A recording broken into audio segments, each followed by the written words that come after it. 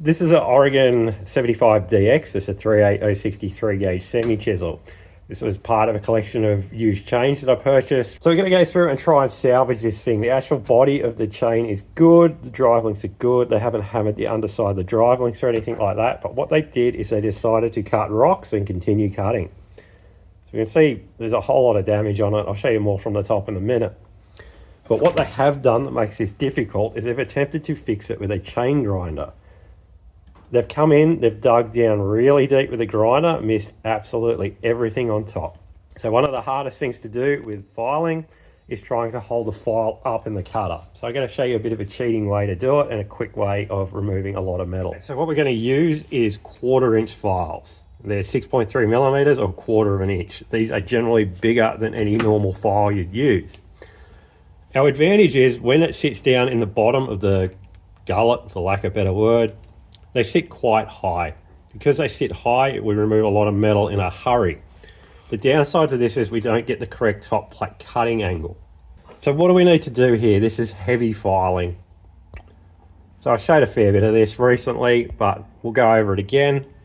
I need to go back until I have clean metal the whole way across. Most of these cutters on this are very bad. This one's pretty good compared to most of the others around it. At the back here, I'm using an angle plate, a magnetic angle plate. You can buy these in different brands or whatever. They're usually pretty cheap. It's just 2 little magnet sticks on the bar. I'm just keeping it there as a 30-degree reference because I'm going to be removing a lot and all of these things are starting off pretty bad and there's no witness marks on these. It doesn't hurt to have a reference. So I'm going to run through and do this. You guys can come along for the ride.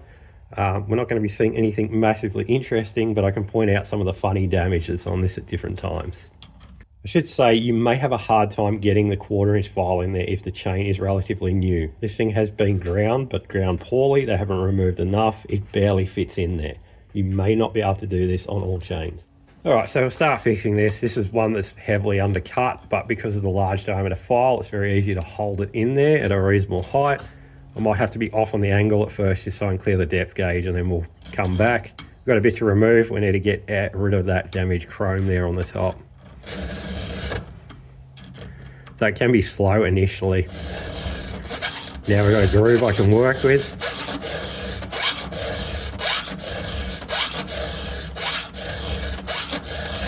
There we go. So I've done these next couple that are rolling around. You can see on the other side just how banged up that one is. There's going to be a lot to remove there. Depending on how the rest of these fit, that may just be left as it is. If there's only 1 or 2 bad ones on a loop, just leave them. You'll catch up to them eventually.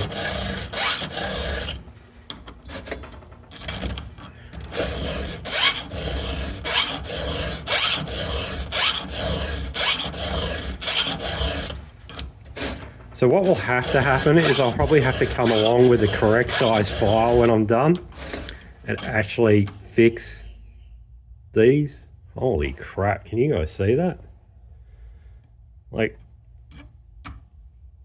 it must have been cut in concrete or something. I don't know how you do that.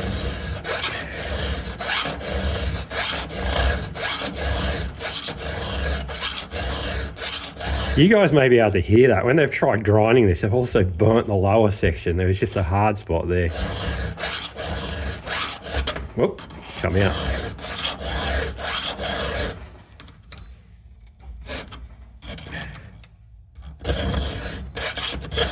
I don't know how someone runs this through a grinder and thinks they've fixed it. Makes no sense to me.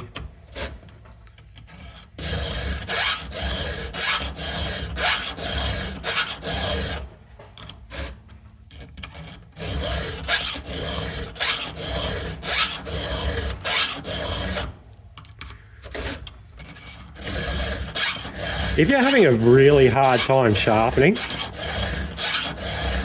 and this is the best you can do, you can run an oversized file and make it work, just go for it. It won't be perfect, but it will cut better than whatever the hell this was.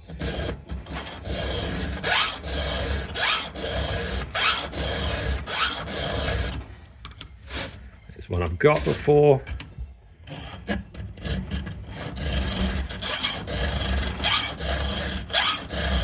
hard spot.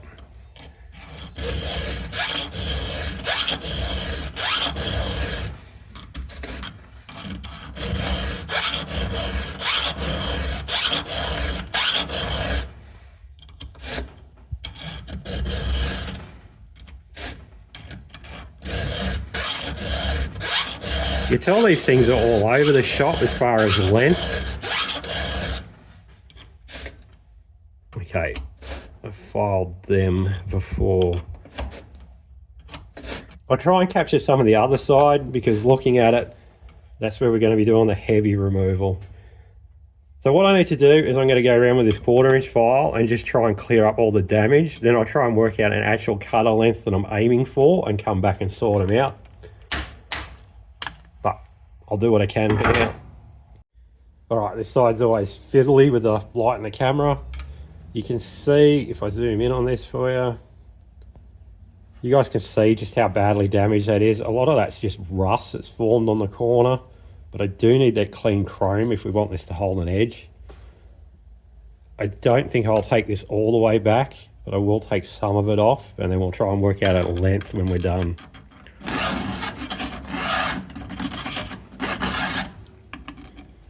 Need to move this camera somewhere else.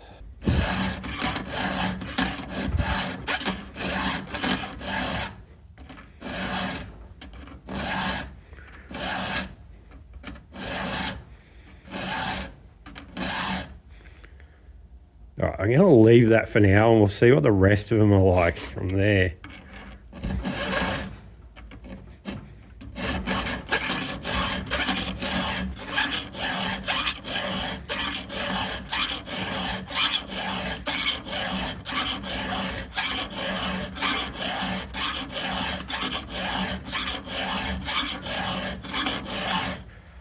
Alright, we might just have to go for it. I know it seems like I'm wasting a lot of chain, but this chain was essentially free. I paid approximately 30 bucks and got about 35 chains. So, I mean, I don't really care if I only end up with 25% of its life at the end of this. It's still worth it to save it for me. All right, this side is by far and away the worst. So, this side will dictate the length overall.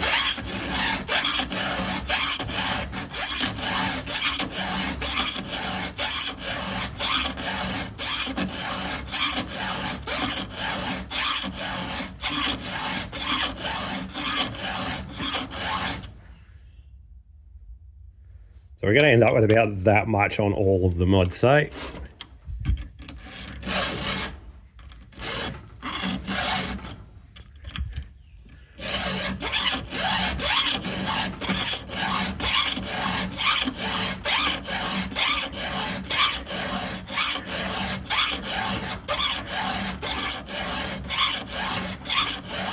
Whoever ground this has definitely burnt all the cutters on this side, which is just fantastic. Makes life so much harder for no reason.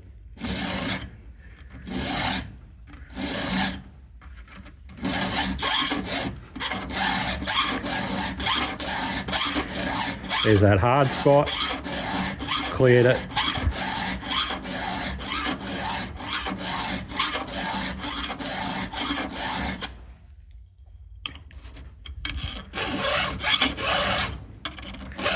You can hear the difference as I'm trying to cut through this.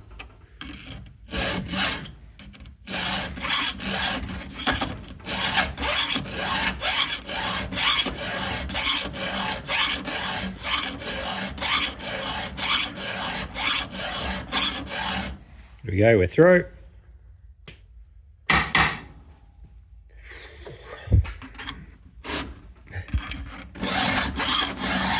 The whole aim of sharpening is to never end up in this position.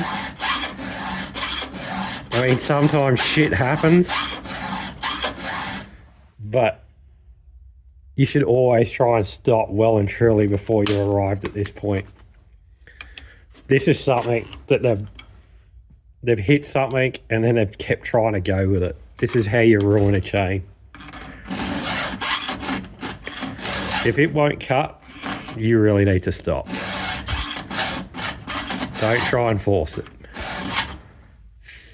Man, they've done a horrid job of this.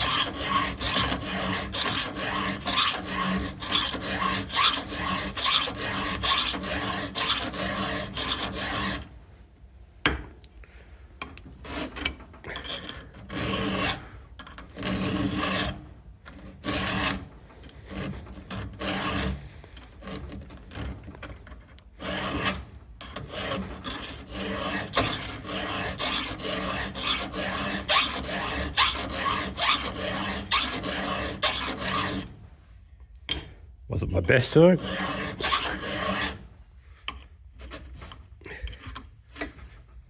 You can probably notice at this stage I'm not being very precise. There's a fair bit of movement there. It's because it doesn't matter at this stage. I need to come back and actually correct these angles. We're just doing bulk material here. So yeah, at this stage, it doesn't have to be critical. It's not. So yeah, at this stage, it's not really critical if you're perfect or not on your angles. Just trying to rough it in essentially, and then we'll come back and do the precision work later.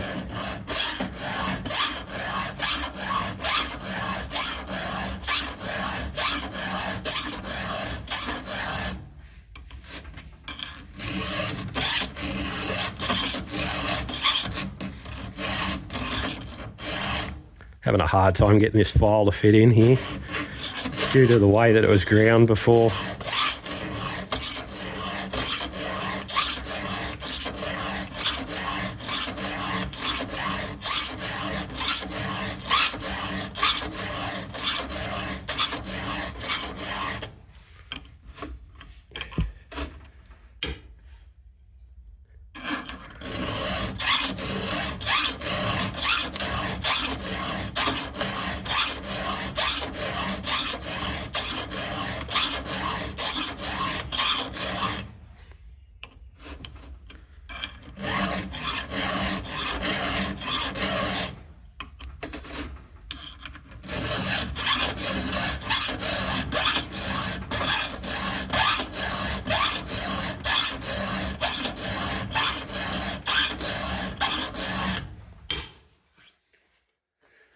Two to go.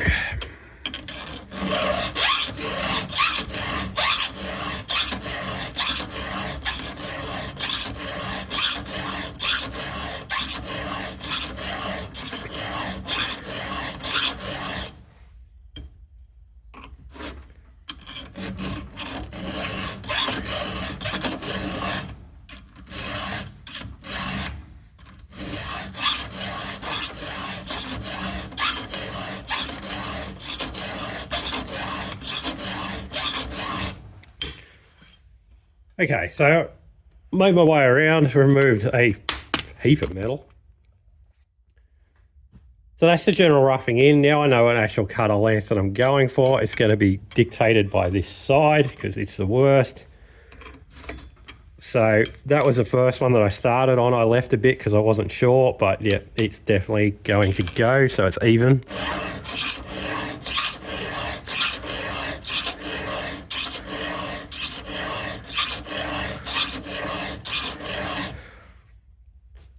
So now I'll go rough them all into a similar length, and I'll come along with my 5.5mm file or the 7/32 and actually make this correct. Okay, so I've swapped to the correct size file. I'll zoom in and show you the difference, what's occurring. So this one here has been done with the 1/4 inch file, just to clear it out. So this one here will be our new master. This will be the basis for everything else. By going to the correct size file, I've been able to get the right top plate cutting angle coming down. So I've got that correct top plate cutting angle coming in like that. It's much steeper now. So that's going to be my bait. That's going to be the master for all of them. They're all going to become that length and they're all going to have that shape. So like I just showed, I've just put some yellow paint pen on that. That's now my master. All the other ones I'm going to try and make look like that. I want the same angles and I want them to be roughly the same length. I'm not going to be measuring the length. It's going to be a visual check. I'm going to make this one look like that one and repeat the process the whole way around. I know that's controversial, the different lengths. So to quickly explain it, as you file these back, they become both lower and shorter. We're trying to, by controlling the cutter's length, we're controlling the cutter's height and the cutter's width. So the height and the set. Yes, you can have different ones, different lengths. Yes, it will still cut wood. If you're aiming to get the best chain you can get, part of it is trying to keep them within the same length. Balancing that cutter height and width throughout the entire chain will make it more efficient. Do what you like. I don't care. It's your chain. Whatever you want to do, make it happen. But what I'm doing is going to try and make every one of these like that. I'm not going to be able to film much of this because it becomes much more complex. I need to be more precise. But to quickly touch on what I did before, when we went through with that big diameter file, yes, it has cleared the bottom, but it does create a shelf. It creates something for this file to sit on. Now we're back at the correct 7/32 file. It has something underneath to sit on. File height is much easier to control when there is something below it. If you've cleared out the bottom and you're trying to lift the file up, it is quite difficult to maintain a consistent top plate cutting angle and that side plate angle. It is much easier to have something down below it and need to require a little bit of force down to get the correct height. So as we can see, these two cutters are pretty close to the same length. So I'm going to focus initially on just getting file height. I have some support below it. It needs to go down. So we come off that edge just a little bit and clear down just a tiny bit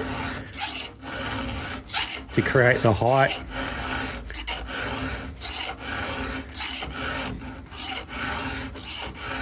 Now I'm just going back.